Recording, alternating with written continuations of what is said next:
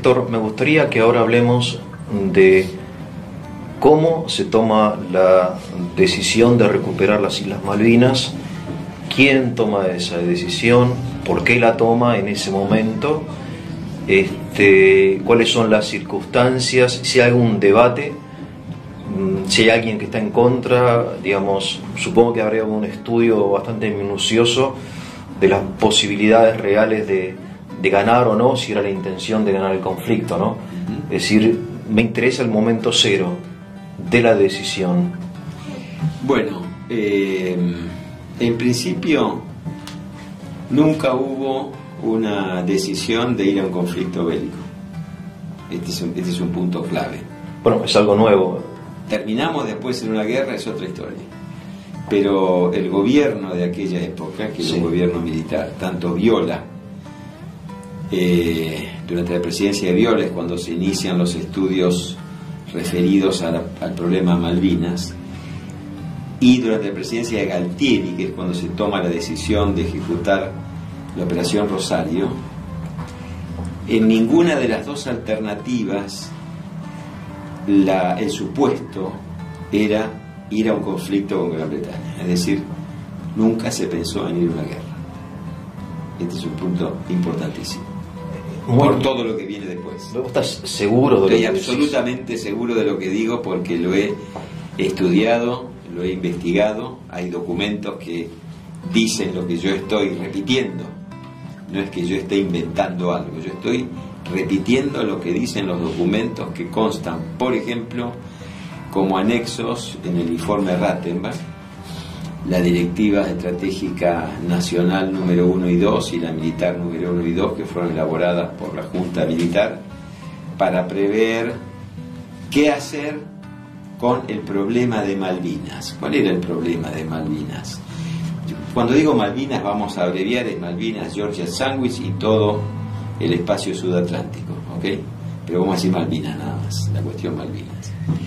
Cuando se encara el tema de Malvinas, es referido al diferendo que tenemos con Gran Bretaña sobre la soberanía de esos espacios.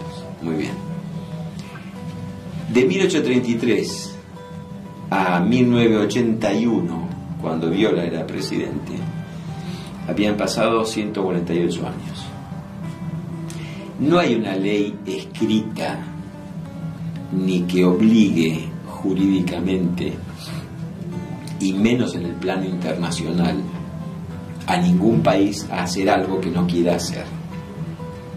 Así como en nuestro sistema jurídico, en nuestro Estado, tenemos leyes que nos obligan, y si no las cumplimos, la justicia nos conmina a cumplirlas o a lo que fuera. Sí, sí. En el plano internacional, si bien hay un derecho internacional que está avalado por distintas organizaciones y documentos, las Naciones Unidas, la Corte Interamericana de Justicia, la Corte Internacional de la Haya, etcétera, no existe la obligación jurídica de que al no cumplir una ley internacional alguien me aplique una sanción. Eso no existe. Pero sí existía y existe un principio llamado del Stoppel, que dice y decía en aquella época que cuando un país tenía una ocupación interrumpida de 150 años, generaba algún derecho adicional a los que ya esgrimían, como para pretender ratificar la soberanía sobre ese espacio y decir, esto es mío. Y además hace 150 años que estoy acá. Cuando el gobierno de Viola se enfrenta a esta situación en 1981, es el entonces canciller Camillón el que le dice al presidente Viola, hay que hacer algo porque se nos vienen los 150 años, pero además hay que hacer algo porque los británicos están en un juego de ida y vuelta, más de vuelta que de ida, y no avanzamos. ¿Qué habían hecho Gran Bretaña y Argentina hasta ese momento en materia de negociaciones a partir de la resolución 2065 que hablamos la otra vez? Que obliga, digo obliga porque hoy sigue obligando a las potencias coloniales a descolonizar territorios. Sí, sí. Y esa resolución 2065 tiene un listado, entre los cuales están Malvinas. Es Es decir, que Naciones Unidas le dijo en aquella época... Importantísimo, eso es un hecho importantísimo. Es clave y es... Si vos lo insististe la vez pasada... Es el punto de apoyo de más fuerza de Argentina para su reclamo. Bien, ¿no? Malvinas está en ese listado. Sí. ¿Qué se había avanzado hasta el 81? Se había avanzado con los acuerdos de comunicaciones de los años 70. Sí. Los acuerdos de comunicaciones de los años 70 preveían o establecían distintos intercambios entre Argentina y Gran Bretaña, por los cuales se había, por ejemplo, construido la primera pista de aterrizaje a cargo de nuestra Fuerza Aérea en Port Stanley. Hasta estos acuerdos no había pista de aterrizaje para que aterrizara un avión de transporte de pasajeros o carga de la Fuerza Aérea, como serán los Fokker F-27 y F-28. El tráfico aéreo entre el continente y las islas, las maestras argentinas que iban a enseñar español, la instalación de YPF, de gas del Estado, de correo, de Banco Nación, en fin, darle a los isleños las comodidades de vida que no les daba Gran Bretaña y sí teníamos en el continente. Claro. Eso les había cambiado la vida a los isleños, porque tenían atención sanitaria inmediata, si no había que volar a Ascensión o a no sé dónde. Claro. Tenían posibilidad de venir a estudiar a la Argentina, a los hijos de los isleños. Tenían posibilidades de viajar, de venir, de comprar, de comerciar, de volver. Es decir, había un trato muy fluido, muy interesante. Pero hasta ahí llegaba Gran Bretaña. O sea, claro, todo bien, pero de soberanía no hablemos. Claro. Y sin embargo, Argentina quería hablar de soberanía. Entonces Camillón le propone a Viola la conformación de un equipo multidisciplinario para estudiar el tema y ver qué hacemos, atento a que estaba faltando 1 año y medio largo, 2 años, para estos 150 años. Y se conforma un equipo. Tengo una pregunta. ¿Esta ley de los 150 años es una ley aceptada internacionalmente o es una tradición jurídica dudosa, digamos? Es una de las tantas tradiciones que circulan en el medio internacional, pero en ese no hay momento fuerza de ley. Claro, No obliga. En ese momento el canciller consideró que era importante y el canciller no alcanzar importante dos cosas. Bien. La primera es movamos este punto frenado que tenemos. Sí. Porque se habían iniciado algunas negociaciones en el ámbito de Naciones Unidas, pero siempre Gran Bretaña era postergamos, pasamos, dilatamos, vamos, venimos. Eso, y los 150 años. No queríamos llegar a 150 años. Perfecto. Metidos ahí sin hacer nada. Bien. No quería decir que antes de los 150 íbamos a recuperar las islas. Bien. Quería decir, vamos a hacer algo importante para que estos vean que eso no es tan... Y para esto se forma esta comisión interdisciplinar, sí, de argentinos. De argentinos que trabajaban en la Casa Rosada, a órdenes de Cancillería primero y en Casa Rosada después, a órdenes, digamos, de Camillón y del secretario general de la presidencia, que si no me equivoco era el general Iglesias, si no me equivoco, que era el que coordinaba este equipo. Y en este equipo había distintas personas. Había civiles y había militares, había especialistas en las distintas áreas que hacen al tema Malvinas y la disputa soberana. Bien. Y este equipo empieza a trabajar mientras Camillón se reúne con su par británico, estamos hablando de abril-mayo del 81, se reúne con su par británico para empezar a mover la piedra que estaba parada, y después de 2 o 3 reuniones entre Camillón, el canciller británico, no me acuerdo el nombre ahora, más los funcionarios argentinos en Naciones Unidas con sus pares británicos, llegan a la conclusión de que la estrategia británica era dilatar y no hacer nada. Siempre había una excusa para nos reunimos dentro de 3 meses. ¿Estarían esperando los 150 años? Yo creo que una jugada era esa. Vamos a ver después cuáles podían ser las otras jugadas.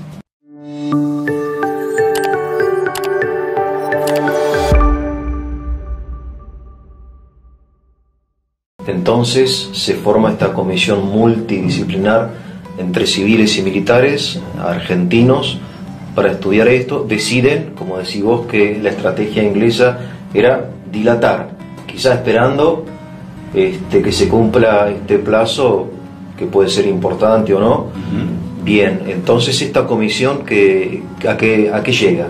Bueno, esta comisión avanza en sus estudios y propone diversas alternativas de gestiones diplomáticas, de profundizar los acuerdos de comunicación que existían con las islas, distintas cuestiones, hasta que pasa algo que estaba fuera del ámbito de la comisión, que fue la movida interna dentro del proceso, por la cual Galtieri decide desplazarlo a Viola.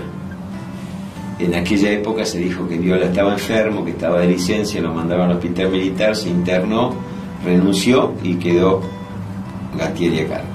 Te hago una pregunta que no tiene que ver directamente con Malvinas. ¿Cómo era esto en aquella época de pasar de un presidente a otro? ¿Cómo se hacía? ¿Había algún tipo de recurso legal, algún tipo de mecanismo? Mirá, obviamente temas... no democrático, pero dentro de todo con cierto viso de legalidad. ¿Por qué Viola, después Galtieri? ¿Cómo es eso? Bueno, ¿quién lo decide? Sin duda por que antigüedad, no sé. Un golpe militar fue y será una violación a la Constitución, por lo menos a la que tenemos ahora. Sí, obviamente. Sí. Los golpes desplazaban a gobiernos elegidos democráticamente. Sí. Y se instauraban en el poder por la fuerza emanada de la Fuerza Armada, que se hacía cargo del poder político. Claro, pero ¿por qué este general y no otro? Bueno, porque en todos los casos, o por lo menos no en todos los casos, yo creo que las sucesivas experiencias militares en Argentina con golpes fueron llevando a los militares a una especie de perfeccionamiento en el procedimiento. Bien. Para evitar que llega un general, se instala y no lo saca nadie, por decirlo de alguna manera, ¿no? Como fueron otros casos. Sí.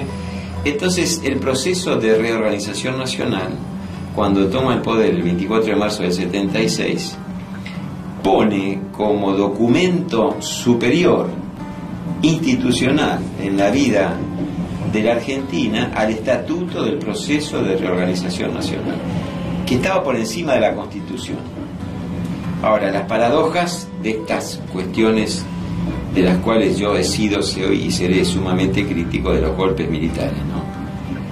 En los bandos militares, y aún en el Estatuto del Proceso, se decía que se respetaba lo establecido en la Constitución Nacional. Para empezar, no lo respetamos porque hicimos un golpe de Estado. O sea, ¿qué estamos respetando de la Constitución? Una parte estamos respetando. Es un disparate. Es un disparate, digamos, absolutamente disparate. Es un disparate. Claro, entonces, sí. Cuando vos me decís, este golpe va a respetar la Constitución, yo te digo, lo primero que no he hecho este golpe es respetar la Constitución. Claro, porque el golpe es lo contrario, o sea, a lo constitucional. Arrancamos mal. Claro, arrancamos mal. Ahí está un vicio como... Bueno, pero fíjate vos una cosa, que los juicios de lesa humanidad que se sustancian actualmente, la gran mayoría parte del vicio legal inicial de que el gobierno que ordenaba era ilegal. Entonces, para abajo todas las órdenes son ilegales, ¿no? Claro. Es un conflicto permanente porque, como yo digo, a un problema político como fue la presencia de dos fuerzas, las fuerzas del Estado y las fuerzas subversivas que existieron acá, eso era una confrontación política, sin duda, que derivó en el terreno armado, pero yo creo que vos no le podés dar solución jurídica a un problema político. Claro. Hay que darle solución política. Claro. Entonces, al establecer el mecanismo de juicio a los militares que violaron derechos humanos, la justicia se ve en figurillas, y no soy abogado, pero se ve en figurillas. Sí, totalmente. Sí, totalmente. Bueno, volvamos a eso. Entonces, el estatuto establecía que Galtieri de alguna forma desplaza a Viola. El estatuto establecía que el órgano máximo de poder era la Junta Militar, los tres comandantes. Los tres comandantes, sí.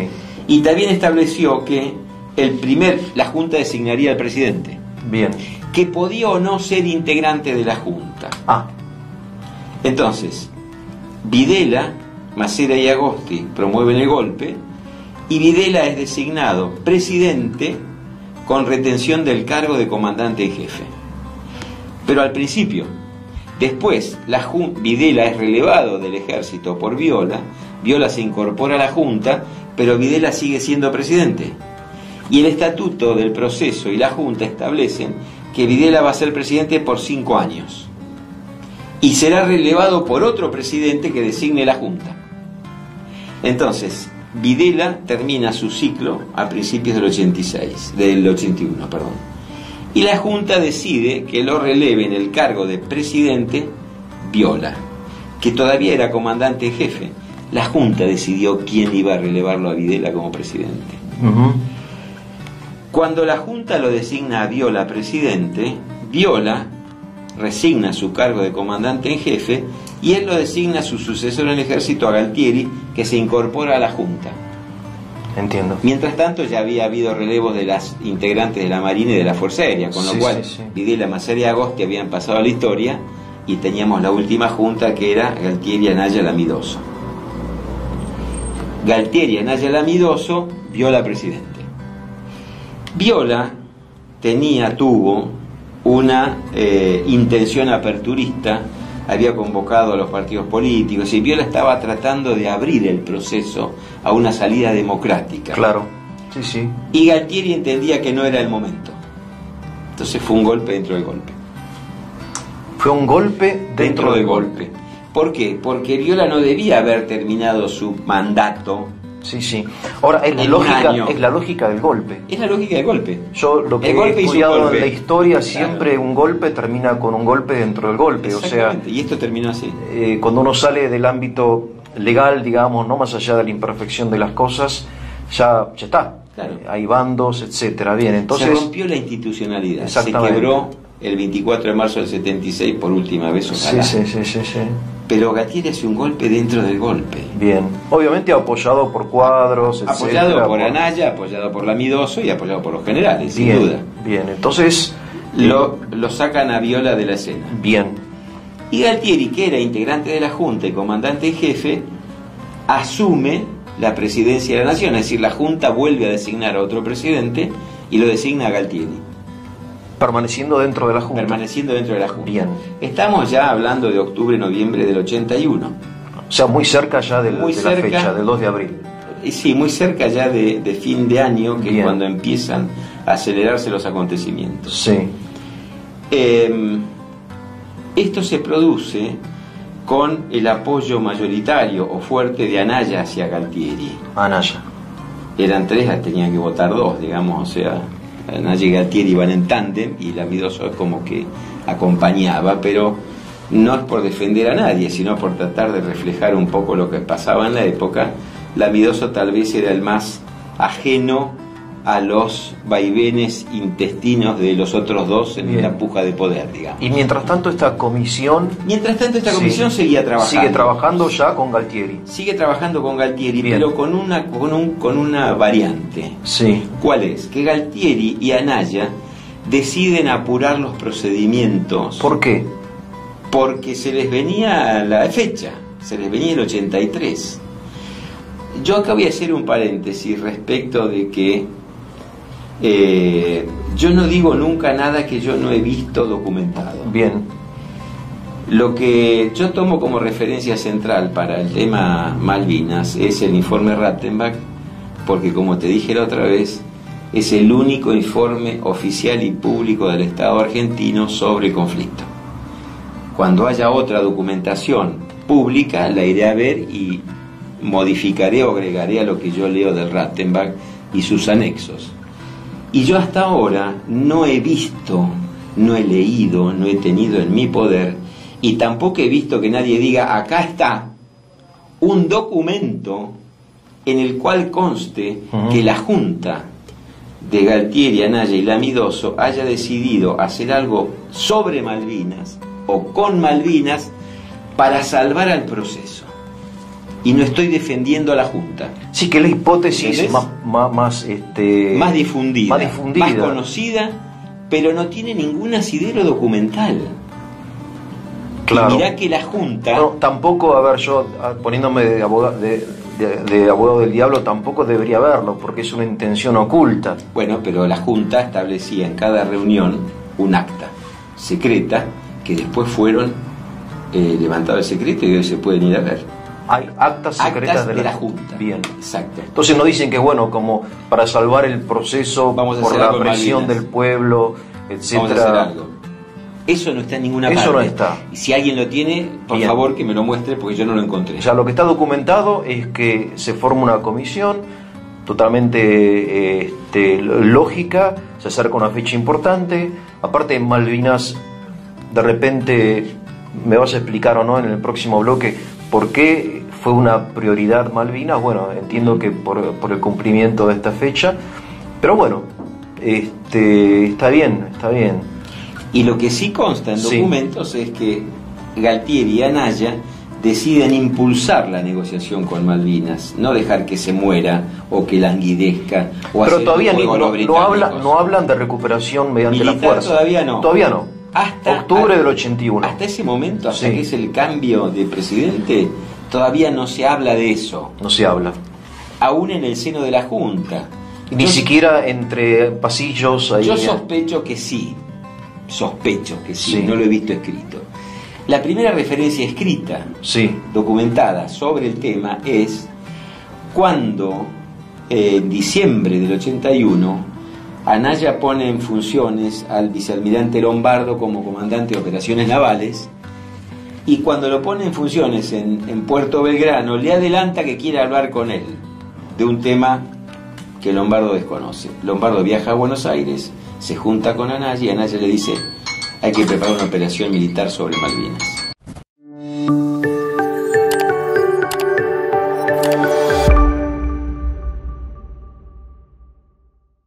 me decías que hasta este nombramiento del almirante o vicealmirante Lombardo. Lombardo no se había mencionado nunca, al menos en forma oficial, ninguna operación militar. Bien, entonces en diciembre aparentemente ya hay alguna idea, Sí. ¿no?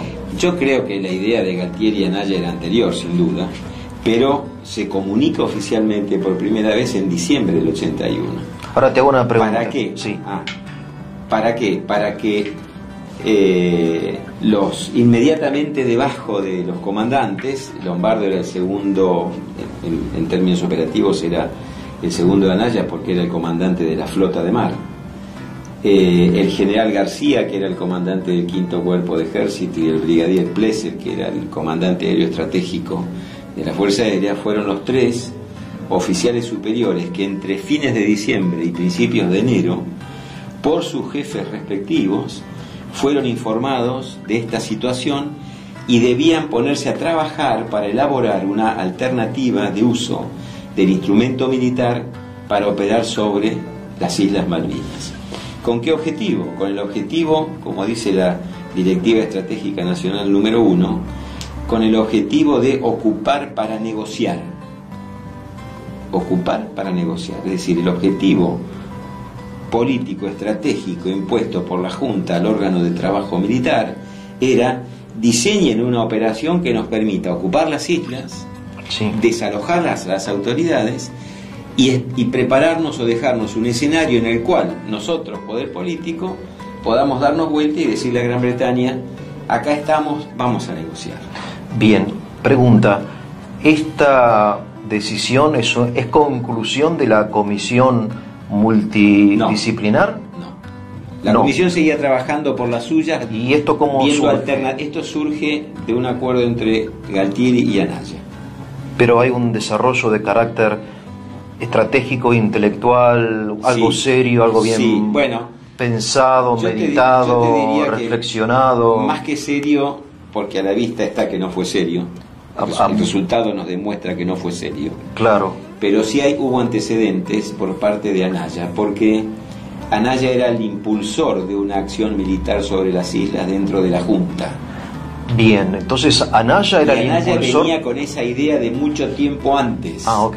No es que nació en diciembre del 81, lo encontró a Lombardo y le dijo: se me acaba de ocurrir una idea, vamos a hacer tal cosa.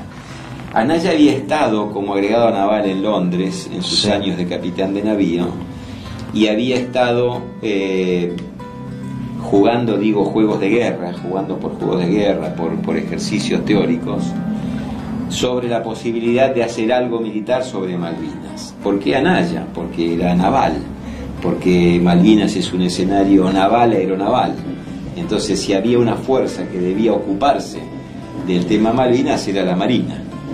Claro. Y Anaya tenía esas ideas ya de antes, estamos hablando de 10, 12 años antes, cuando él era capitán de navío agregado naval, cuando él fue comandante de operaciones navales, o sea que él venía con algo adentro. O sea, el que introduce esta idea es Anaya.